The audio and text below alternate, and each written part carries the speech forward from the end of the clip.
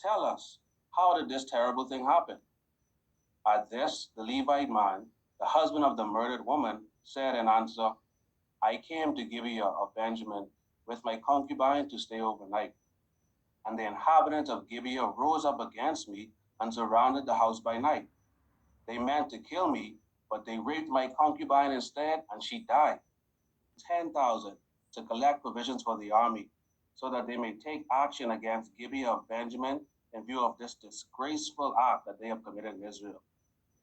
Thus, all men to all the tribesmen of Benjamin, saying, what is this terrible thing that has happened among you? Now hand over the worthless men of Gibeah, so that we may. The Gibeonites refuse to listen to their Israelite brothers. Done with the provision that we try to emphasize with modulation. To you, verse 4, if you could imagine when the man was asked, now, what went down? And then he started with the emotions he must have had to talk about what they did to his concubine and how disgusting it was. The voice would have certainly reflected that anger and that despicable feeling that he must have had in his stomach. And you did very well. It says that when we're audience, but we do want the audience, if they were to close their eyes and picture by your voice what was going on, they could pretty much get the idea. I thought you did it very well. We thank you for working so hard on the part, and I know that we're going to look forward to many future assignments. Thank you so very much. Assignments, the initial call. Hello, good evening. My name is Filipina. I'm calling on the phone because... Wait, do I know you? How'd you get my number? No, ma'am, but I got your number through telephone book directory book. I'm making this call to share you an important message to you and your family. Today, many people affected their lives. Do you think God still cares about us as individuals? Hold on. Is this Jehovah's Witnesses? Honestly, you will be wasting your time talking with me. May I ask why do you say that? Well, with this pandemic, I don't even know if I still believe in God. Much less to know if he still cares about me. My family faced one tragedy after another, and it seems that God wasn't there with us. Where was he when all of this happened? I'm sorry to hear that. How's your family now? Well, we're trying to do the best we can. Words at Matthew chapter 10, verse 29 to 31. Allow me to read it for you. Go ahead. Matthew chapter 10, verse 29 to 31, it reads, 2 sparrows sell for a coin of small value, do they not? Yet not one of them will fall to the ground without your Father's knowledge. But even the hairs of your head are all numbered. So have no fear. You are worth more than many sparrows. So how detailed is God's knowledge of us? The person's wondering, as is a very common objection, how do you get my number? And you handle it very, very well. Sold her and moved on with what you had to do, and you did that very, very well. The second of our student assignments, Sister Green, we were looking forward to this.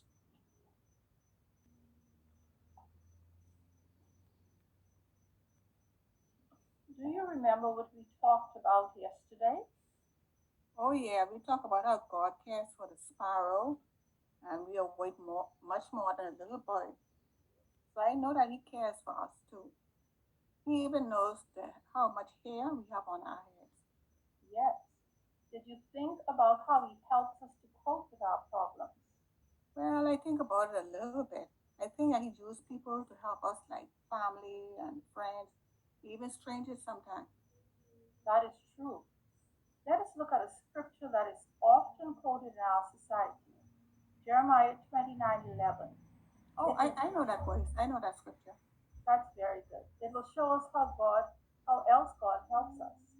And it reads, for I well know the thoughts that I am thinking towards you, declares Jehovah, thoughts of peace and not of calamity, to give you a future and a hope. What does this Jehovah was promising them? That they would return home and live a blessed life. How do you think that promise helped them to cope with being in a strange country? Well, they would be able to. Bible guide us. Okay, that sounds good. Well, lunchtime is just about over. Yes, it's time to go back to work, right? Thank you very, very much. Take the assignment as a substitute and to do so well with what you did. And certainly, Sister Clark, you handled that very nicely, especially thinking that we were weird and all that gave her a beautiful inroad with the Bible study.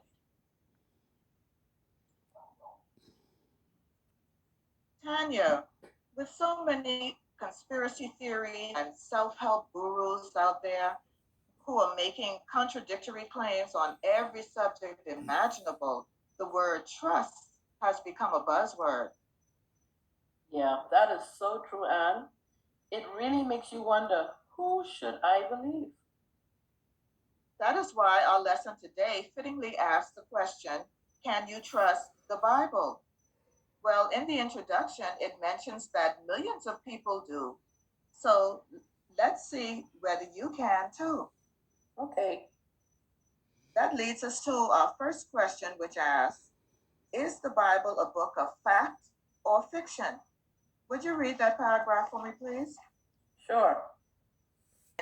Pontius Pilate was governor of Judea. Herod was district ruler of Galilee. Philip, his brother, was district ruler of the country of Iturea and Trachonitis. And Licinius was district ruler of Abilene. In the days of chief priest Annas and of Caiaphas, God's declaration came to John, the son of Zechariah, in the wilderness. What did you notice about that scripture? Because it is a book of facts. Also, we can trust it because it is not out of date, and we can trust what it said about the past, our time, and in the future. Now let's watch a video to see how true science agrees with the Bible. Okay, I can't wait to see it. Your many years of being in the ministry was evident in how well presented your assignment was and how you used something quite easy for your household and Sister Swan to understand about fairy tales, and even repeating one of them helped. On 88 of us are invited to listen and to pay attention to update number 10. We do this by means of video, so let's enjoy it.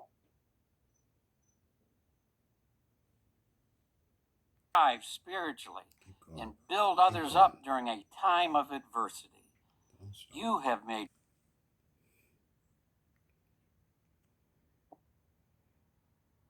So, friends, let us continue to apply the divine suggestions and reminders that relate to the pandemic that comes from Jehovah God through this organization. Yes, we want to continue to fight. We benefit ourselves and others, and most of all, we honor Jehovah. But again, good. Abbreviated discussion of our congregation Bible study. So we'll get right into our discussion with playing the video. And as time allows, we'll go through the different paragraphs and discuss those together. The sacred structure. Just picture him tracing the course of that crystal clear water. It trickles out from the threshold of the sanctuary. Then it emerges from the temple complex near the eastern gate. Ezekiel's angelic guide leads us. Then he brought me back to the entrance of the temple, and there I saw water flowing eastward from under the threshold of the temple. Kinds of fish, like the fish of the Great Sea. It will have swampy places and marshy places, and these will not be healed. They will be abandoned to salt. Scripture in Ezekiel 47, 1 through 12. What does Ezekiel see and learn? Of course, we had the opening picture and some of the other pictorial thoughts. So what is being shown here to us in this vision.